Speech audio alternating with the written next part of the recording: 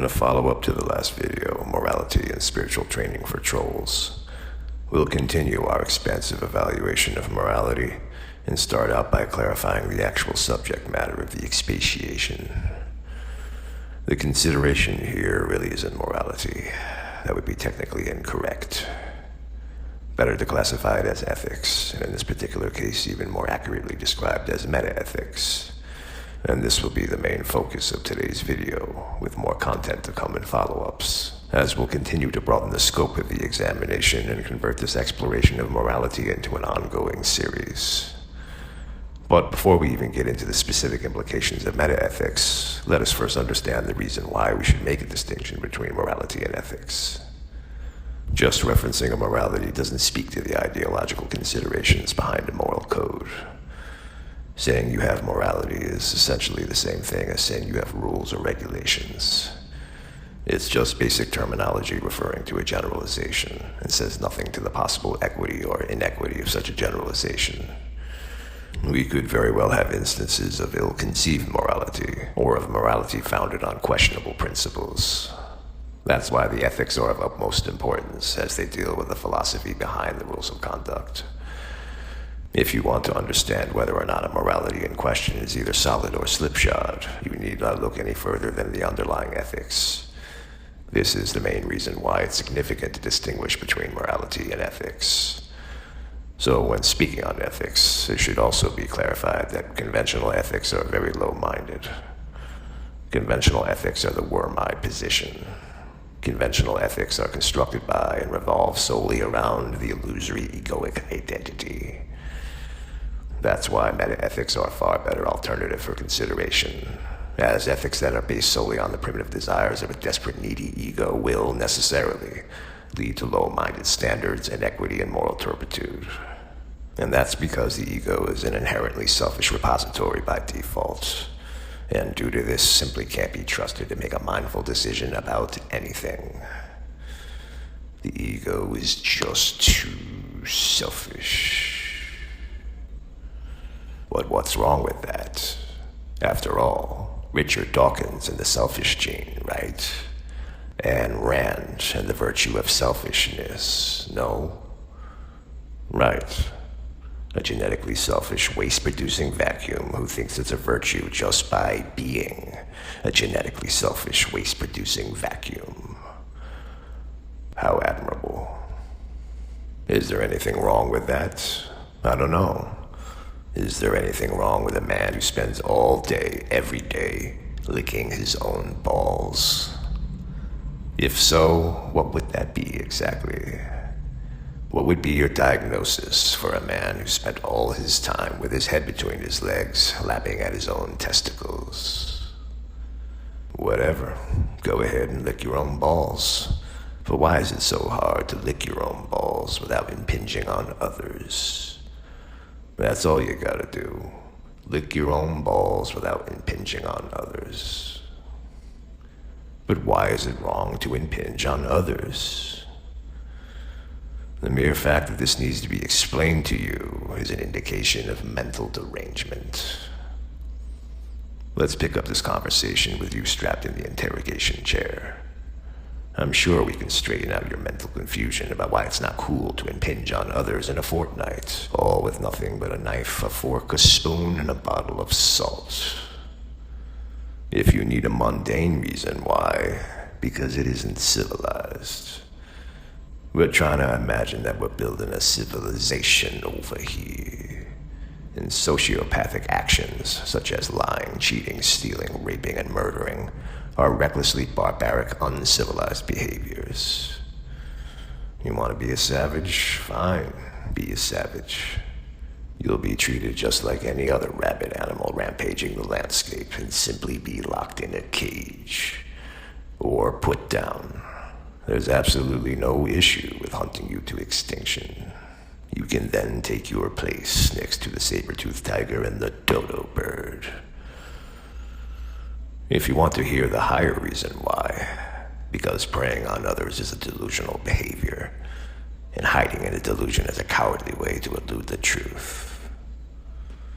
So a ravenous, short-sighted ego struggling to survive will find all kinds of ample justifications for immoral behavior, and in some cases will also discover that it can derive sustenance or perverse indulgent gratification at the expense of another, and due to this, supposedly lacks the capacity to understand how and why this is wrong, which is further reinforced by cues taken from nature, which seem to endorse predatory exploits. This is where the idea of moral relativity comes into play. The view that moral judgments are true or false only relative to some particular standpoint. For instance, that of a culture or a historical period, and that no standpoint is uniquely privileged over all others. The language of that description tells you everything you need to know about why moral relativity is a pile of archaic garbage. No standpoint is uniquely privileged over all others. Are you kidding me? With the plethora of knowledge now so widely available due to the mass digitalization of information and a global connectivity facilitated by way of the World Wide Web, are they actually suggesting with a straight face that a contemporary man doesn't have an advantaged educational position over a man of antiquity? Are you serious? As it stands today, the average modern individual has potential access to more information in one day than the average ancient individual had in an entire lifetime. Whereas the ancient standpoint only had knowledge of its own current period, and perhaps a partial knowledge of limited history, the modern standpoint has knowledge of the ancient standpoint, all the history preceding it, and everything else that unfolded thereafter, all the way up to the present moment. It's not even a contest. Hence, one of the reasons why I posit that the whole idea of moral relativity is archaic. After all, moral relativism is a view that is sympathetic to a standpoint. In other words, a were my position referring to another were my position. The low-minded domain of the hungry ego. Ego-based ethics produce substandard moralities, and we have seen countless examples of this from various civilizations throughout history. These are the types of ethics that made sinister methodologies, such as slavery, torture, human sacrifice, cannibalism, and pederasty, culturally acceptable in their particular times, of which makes it truly questionable whether or not these populations could rightfully be considered civilizations proper. A true civilization is defined as a stage of human development that is considered most advanced, and it should be obvious that the populations that engaged in these types of wicked practices would hardly be qualified as civilized. So yes, they were substandard morals, absolutely, because they were based on substandard ethics, which was often the direct result of ignorant myopia or stubborn superstition. And we shouldn't be afraid to denounce or condemn these subpar morals due to some idea about cultural differences. Let us not forget that the biological definition of culture is the cultivation of cellular organisms in an artificial medium containing nutrients, with artificial being the key word to remember here. And that's because culture is artifice. Culture is contrived. And some of you may say, hey, whoa, Sage, are you gonna devalue my culture? And I say, hey, you bet your damn ass I will, because I'm a reality deconstructionist and everything you hold dear is on the table. Your culture, huh? How insipid. That's like saying I'm devaluing your cosmetics. I'm not sure where you get this idea that anyone should pay homage to your luggage. To uncover the truth, know thyself. And the way to know thyself is by letting go of all the artifice you've clung to in desperation for an identity. No, you are not a gender. You are not a sexuality. You are not a race. You are not a religion. You are not even a human being. So forget about all the heritage and traditions of human beings that you cherish so deeply. These are all illusory identifications, otherwise known as bullshit. And culture isn't exempt from being part of the bullshit. Stop taking your ego so seriously. So what about multiculturalism? Fine, but no less bullshit than single culturalism.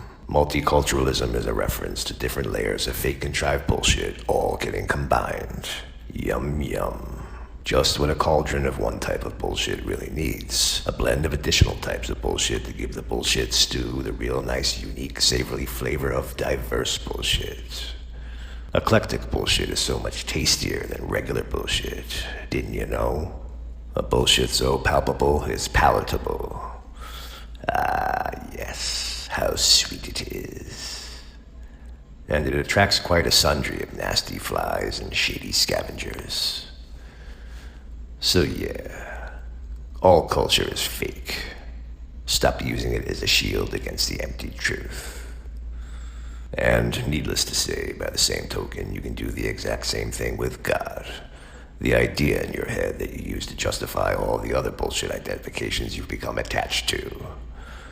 Don't make the mistake of assuming that having a supreme being in the mix changes anything, or did anything to justify abhorrent behaviors throughout history. If anything, it just made the situation 10 times worse, as nothing emboldens a myopic ego more than the imagined personal endorsement of an almighty God, which, as we all know, is a path of complete willful dishonesty, or maybe just superstitious stupidity, as the case may be. This is a type of ethical formula that leads to nothing but pure corruption. In fact, you can't even rightfully say that the morals of religion are based on any true ethics. Ethics are the product of deep-minded philosophy, and there's nothing at all philosophical or deep-minded about binary rules designed to acquire feeble acquiescence. There's nothing philosophical about blindly adhering to dogma out of fear of some judgmental entity.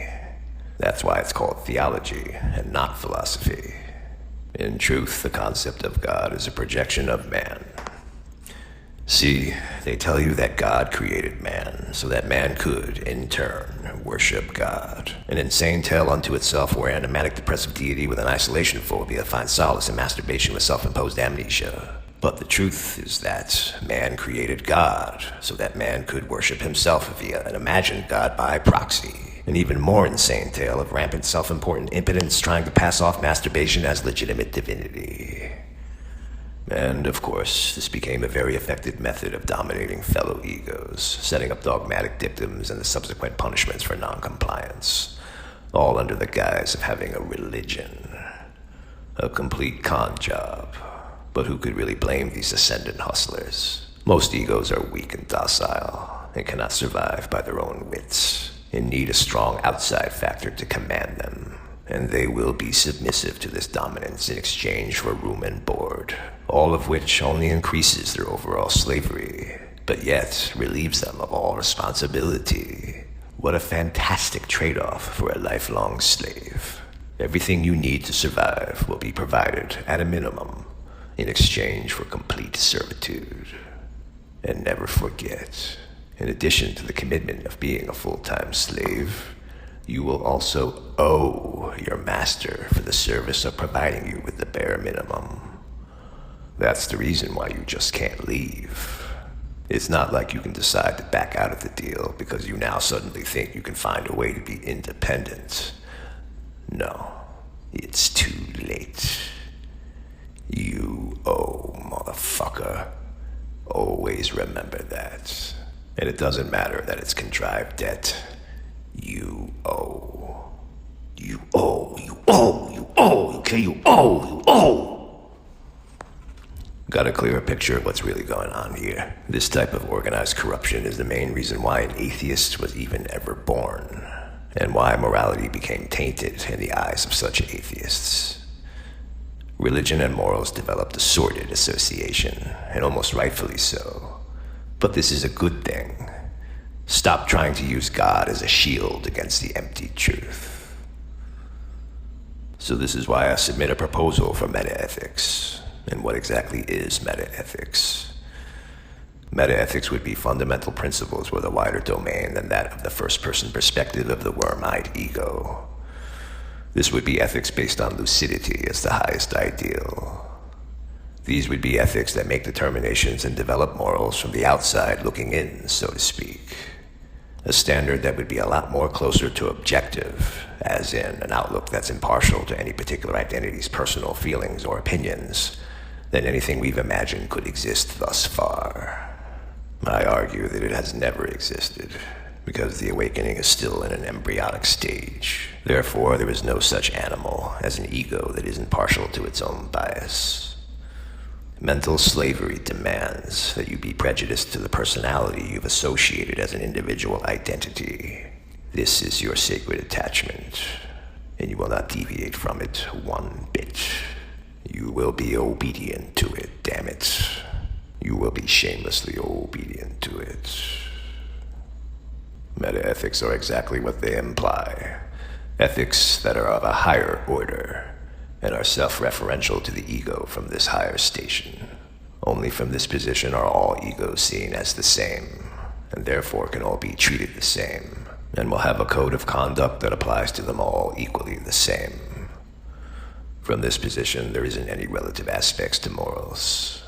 They are always absolute, because they cover the entire framework, and do not concern themselves with any selfishly biased, worm-eyed considerations.